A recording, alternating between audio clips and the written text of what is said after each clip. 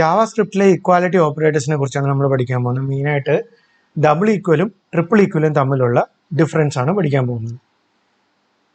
Okay, നമുക്കൊരു example വെച്ച് start ചെയ്യാം. കോൺസ്റ്റ് ഏജ് ഈക്വൽ ടു 25 എന്ന് ഏജ് ഇട്ടു. ഇവിടെ ഞാൻ യൂസ് ചെയ്തേക്കുന്നത് സിംഗിൾ ഈക്വൽ ആണ്. സിംഗിൾ ഈക്വൽ എന്ന് പറഞ്ഞു കഴിഞ്ഞാൽ ഒരു വാല്യൂ ഒരു വേരിയബിളിലേക്ക് അസൈൻ ചെയ്യാൻ വേണ്ടിയാണ് മെയിനായിട്ട് സിംഗിൾ ഈക്വൽ യൂസ് ചെയ്യുന്നത്. അല്ലെങ്കിൽ എന്തെങ്കിലും അസൈൻമെന്റിന് വേണ്ടിയിട്ടാണ് സിംഗിൾ ഈക്വൽ യൂസ് ചെയ്യുന്നത്. പക്ഷേ ഡബിൾ ഈക്വലും ട്രിപ്പിൾ ഈക്വലും യൂസ് ചെയ്യുന്നത് പറഞ്ഞു കഴിഞ്ഞാൽ ഉള്ള ഡിഫറൻസ് എന്താണെന്ന് നമുക്ക് ചെക്ക് ചെയ്യാം. കണ്ടീഷണൽ ഓപ്പറേറ്റേഴ്സിലാണ് മെയിനായിട്ട് യൂസ് ചെയ്യുന്നത്.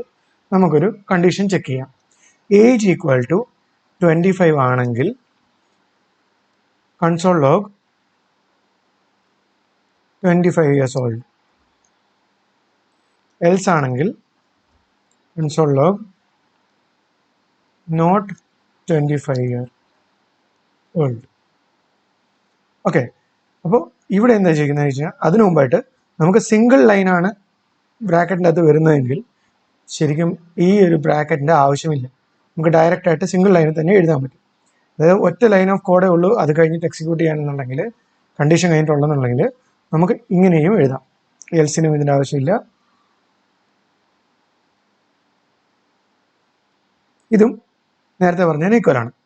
ഓക്കെ, ബ്രാക്കറ്റ് ഇടേണ്ട ആവശ്യമില്ല, സിംഗിൾ ലൈൻ മാത്രമുള്ള എക്സിക്യൂഷൻ എങ്കിൽ. അപ്പോൾ ഏജ് ഈക്വൽ ടു 25 ആണെങ്കിൽ കൺസോൾ ലോഗ് ഈ 25 ഇയേഴ്സ് ഓൾഡ് എന്ന് വരും.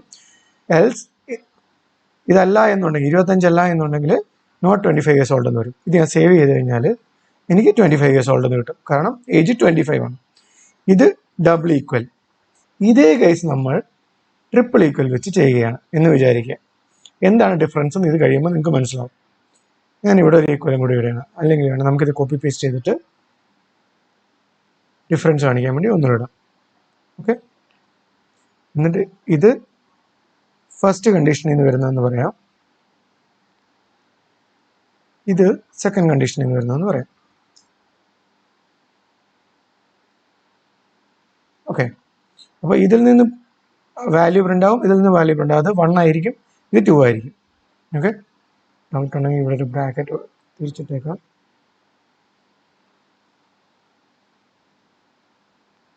ഓക്കെ, ഇനി ഇത് ഞാൻ സേവ് ചെയ്യണം. എന്താ സംഭവിക്കുന്നത്? 1ൽ നിന്നും 25 വന്നു, 2ൽ നിന്നും 25 വന്നു. ഇപ്പോൾ ഇതിന് കൊടുത്തേക്കുന്ന വാല്യൂ ഒരു നമ്പറാണ്. ഓക്കെ, ഇതൊരു നമ്പർ ആയത് കാരണം രണ്ട് കേസിലും വർക്കാവും. ഇതേ കേസ് ഞാൻ ഒരു സ്ട്രിങ് കൊടുക്കാമെന്ന് വിചാരിക്കുക, സ്ട്രിങ് 25. ഇപ്പോൾ എന്ത് സംഭവിക്കും?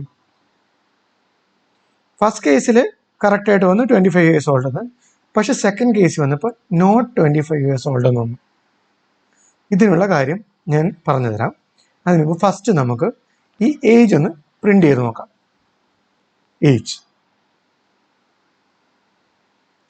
ഏജ് എന്ന് പറയുന്നത് 25 പ്രിന്റ് ആയി. പക്ഷേ ഇതൊരു സ്ട്രിങ് ആണ്. ഇതൊരു നമ്പർ ആയിരുന്നെങ്കിൽ ഇതിൻ്റെ കളർ ചേഞ്ച് ആയിരുന്നു. ഞാൻ നിങ്ങൾക്ക് കാണിച്ചു തരാം. എക്സാമ്പിൾ ഞാനിത് ചേഞ്ച് ചെയ്തിട്ട് നമ്പർ ആക്കണം എന്ന് വിചാരിക്കുക. പ്രിന്റ് ചെയ്ത് കഴിഞ്ഞാൽ ഇങ്ങനെ വരും. കണ്ടോ, നമ്പേഴ്സ് ആണ് ഈ പർപ്പിൾ കളേഴ്സ് വരുന്നത്, അതായത് നമ്പേഴ്സ്.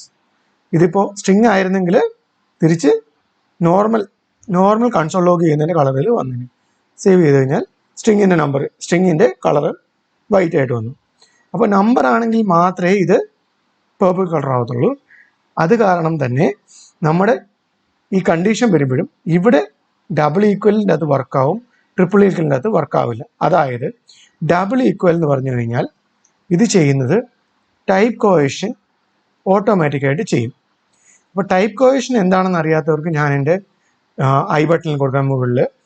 അപ്പോൾ നിങ്ങൾക്ക് അതിൻ്റെ വീഡിയോ കണ്ടു കഴിഞ്ഞാൽ നിങ്ങൾക്ക് കുറച്ച് ക്ലിയർ ആയിട്ട് മനസ്സിലാവും. ഷോർട്ടായിട്ട് പറഞ്ഞു കഴിഞ്ഞാൽ ഓട്ടോമാറ്റിക്കായിട്ട് കൺവേർട്ട് ചെയ്യും.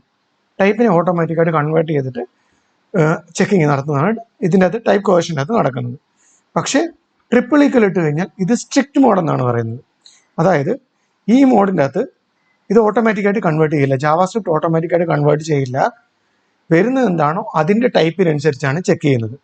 അപ്പോൾ ഈ നമ്പറിൻ്റെ ടൈപ്പ് എന്ന് പറയുന്നത് ഇവിടെ ഇൻറ്റിജർ ആണ്, അല്ലെങ്കിൽ നമ്പർ ആണ്. പക്ഷേ ഇവിടെ നമുക്ക് സ്ട്രിങ് ആണ്. ഇതിൻ്റെ ആൻസർ എന്ന് പറയുമ്പോൾ നമുക്ക് കണ്ടീഷൻ വരുന്നത് സ്ട്രിങ് 25 ഈക്വൽ ടു നമ്പർ 25. ഇതാണ് കണ്ടീഷൻ. ഇതെന്ന് പറയുന്നത് ഫോൾസ് ആണ്. നമുക്ക് എങ്ങനെയായിരുന്നു വരേണ്ടത്? നമ്പർ 25 ഈക്വൽ ടു നമ്പർ 25 എന്ന് വരണം. എന്നാൽ ട്രൂ ആവും. അല്ലെങ്കിൽ string 25 ഈക്വൽ ടു string 25 എന്ന് പറഞ്ഞു, ഇതും ട്രൂ ആവും. ഇവിടെ ഏജ് എന്ന് പറയുന്നത് ഒരു സ്ട്രിങ് ആണ്. ഇതിന് മുകളിൽ കൊണ്ടുവച്ച് കഴിഞ്ഞാൽ ഏജ് ഈക്വൽ ടു 25 കോൺസ്റ്റന്റ് കണ്ടോ, ഇതൊരു സ്ട്രിങ് ആണ്. ഈ സ്ട്രിങ്ങിനെ ഈ നമ്പറുമായിട്ട് കൺവേർട്ട് ചെയ്യുമ്പോഴത്തേന് ട്രിപ്പിൾ ഈക്വൽ എന്ന് പറഞ്ഞു കഴിഞ്ഞാൽ നമ്മൾ സ്ട്രിക്റ്റ് മോഡാണ്. അതായത് ഇത് വാല്യൂവും ചെക്ക് ചെയ്യും, അതിന് ടൈപ്പും ചെക്ക് ചെയ്യും.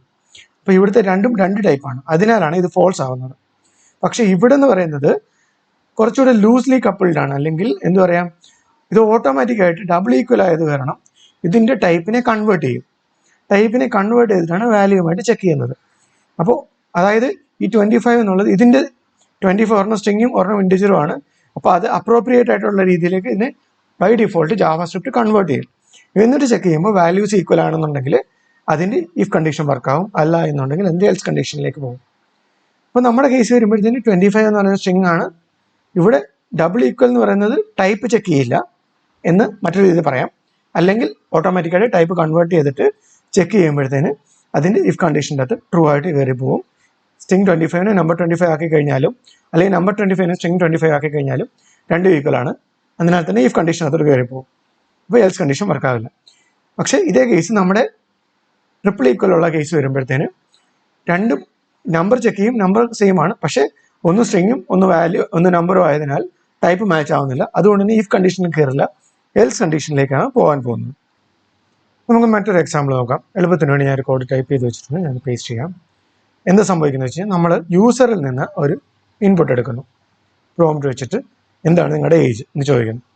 അപ്പോൾ യൂസർ എൻ്റർ ചെയ്യുന്ന ഏജ് 50 ആണെങ്കിൽ യു ആർ എൻ അഡൾട്ട്, 15 ആണെങ്കിൽ you are not an adult, അല്ല എന്നുണ്ടെങ്കിൽ ഏജ് നോട്ട് ഡിഫൈൻഡ് എന്ന് പറഞ്ഞിട്ട് വരും. നമുക്കിതൊന്ന് സേവ് ചെയ്ത് നോക്കാം. അപ്പോൾ യൂസറിൽ നിന്നൊരു പ്രോംപ്റ്റ് ചോദിക്കുന്നു. ഞാനിപ്പോൾ 50 കൊടുക്കുകയാണെങ്കിൽ യു ആർ എൻ അഡൾട്ട് എന്ന് വരുന്നു. റീലോഡ് ചെയ്തിട്ട് ഞാനിപ്പോൾ 15 കൊടുക്കുകയാണെങ്കിൽ you are not an adult. ഒന്നുകൂടെ റീലോഡ് ചെയ്തിട്ട് നമ്മൾ വേറെ എന്തെങ്കിലും സ്ട്രിങ് കൊടുക്കുകയാണെങ്കിൽ ഏജ് ഡിഫൈൻഡ് എന്ന് വരും. ഇതിൽ പ്രശ്നമൊന്നുമില്ല. പക്ഷേ നമ്മളിവിടെ യൂസ് ചെയ്തേക്കുന്നത് ഡബിൾ ഈക്വലാണ് അല്ലേ. നമുക്കിത് ട്രിപ്പിൾ ഈക്വൽ യൂസ് ചെയ്യാം. അപ്പോൾ എന്താ സംഭവിക്കുന്നത് നോക്കാം. സെയിം 50 തന്നെ ഞാൻ കൊടുക്കുന്നു. നോ ഏജ് ഡിഫൈൻഡ് വന്നു. എന്തുകൊണ്ടാണ്? ഏജ് ഈക്വൽ ടു 50 എന്നുള്ളത് ഇവിടെ ടൈപ്പും ചെക്ക് ചെയ്യുന്നുണ്ട്. ട്രിപ്പിൾ ഈക്വൽ ആയതിനാൽ ടൈപ്പും ചെക്ക് ചെയ്യുന്നുണ്ട്. ഡബിൾ ഈക്വൽ ആയിരുന്നെങ്കിൽ അത് ലൂസ്ലി കപ്പിൾഡ് ആയിരിക്കും, ഓർ എന്താ പറയുക, ടൈപ്പ് കോവേർഷൻ ചെയ്യും. അതിനാൽ തന്നെ അത് ഓട്ടോമാറ്റിക് കൺവേർട്ട് ആവും. അപ്പോൾ പ്രശ്നമില്ല. പക്ഷേ ഈ ട്രിപ്പിൾ ഈക്വൽ ആയതിനാൽ ടൈപ്പും ചെക്ക് ചെയ്യും, വാല്യൂവും ചെക്ക് ചെയ്യും. അപ്പം സ്ട്രിങ് ഏജ് എന്ന് പറയുന്നത് നമ്പർ ഏജ് നമ്പർ 50ക്ക് ഈക്വൽ അല്ല. ഇത് സ്ട്രിങ് ആണെന്ന് ഞാൻ നിങ്ങൾക്ക് ക്ലിയർ ആക്കി തരാം. ഏജ് നമുക്ക് പ്രിന്റ് ചെയ്ത് നോക്കാം. ഞാൻ 50 എന്ന് കൊടുക്കുന്നു. 50 എന്ന് കൊടുക്കുന്നു. ഇതാ നോക്കാം, സ്ട്രിങ് ആണ് ഇവിടെ പ്രിന്റ് ആയിരിക്കുന്നത്. വാല്യൂ കളർ ചേഞ്ച് ആയിട്ടില്ല, അതുകൊണ്ട് തന്നെ സ്ട്രിങ് ആണ് പ്രിന്റ് ആയിരിക്കുന്നത്. അപ്പോൾ 50 equal to string 50 equal to number 50 അല്ല, അതിനാൽ ഈ കണ്ടീഷൻ അത് കയറത്തില്ല. Else if string 50 equal to number 15 അല്ല, അതിനകത്തും കയറില്ല. അതിനാൽ തന്നെ എൽസ് കണ്ടീഷൻ അതിലോട്ട് നോ ഏജ് ഡിഫൈൻഡ് എന്ന് പറയുന്നു. ഇതേ കേസ് തന്നെ നമ്മൾ 15 കൊടുത്തു കഴിഞ്ഞാലും നമുക്ക് ഇതേ വാല്യൂ തന്നെ കിട്ടും, നോ ഏജ് ഡിഫൈൻഡ് എന്ന് പറയും. അപ്പോൾ നമ്മൾ എന്താ ചെയ്യേണ്ടത്? ഇവിടുന്ന് വരുന്ന വാല്യൂ നമുക്ക് സ്ട്രിങ് ആയിട്ടാണ് വരുന്നത്. ഇത് നമ്മൾ ഇൻഡിജറായിട്ട് അല്ലെങ്കിൽ നമ്പറായിട്ട് കൺവേർട്ട് ചെയ്യണം. ഓക്കെ, നമ്പറായിട്ട് കൺവേർട്ട് ചെയ്യാനായിട്ട് നമ്പർ ഫംഗ്ഷൻ്റെ അകത്ത് ഇട്ട് കഴിഞ്ഞാൽ ഓട്ടോമാറ്റിക്കായിട്ട് നമ്മൾ ഇതിനകത്തേക്ക് ടൈപ്പ് കൺവേർഷൻ ചെയ്യും. അപ്പോഴേക്ക് ഇത് നമ്പറായിട്ട് മാറും. ഞാൻ അതിന് എക്സാമ്പിൾ കാണിച്ചു തരാം. 15 കൊടുത്തു കഴിഞ്ഞാൽ ഇത് നോക്കും, നമ്പറായിട്ട് കൺവേർട്ട് ആയതിനാലാണ് കളർ മാറിയിരിക്കുന്നത്. അപ്പോൾ നമ്പർ 50 ഈക്വൽ ടു നമ്പർ 50, അത് കാരണം ഈക്വൽ ആയത് കാരണം ഇഫ് കണ്ടീഷനകത്തേക്ക് കയറിപ്പോയി. അതിനാൽ യു ആർ എൻ അഡൾട്ട് എന്ന് വന്നു.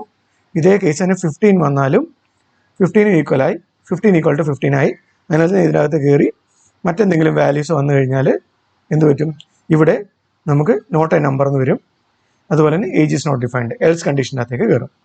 ഈ പറഞ്ഞ കാര്യങ്ങളെല്ലാം നിങ്ങൾക്ക് ക്ലിയർ ആയെന്ന് വിചാരിക്കുന്നു. എന്തെങ്കിലും ഡൗട്ട്സ് ഉണ്ടെങ്കിൽ കമൻറ്റ് സെക്ഷനിൽ അറിയിക്കുക. Thank you for watching. Please like, share and subscribe.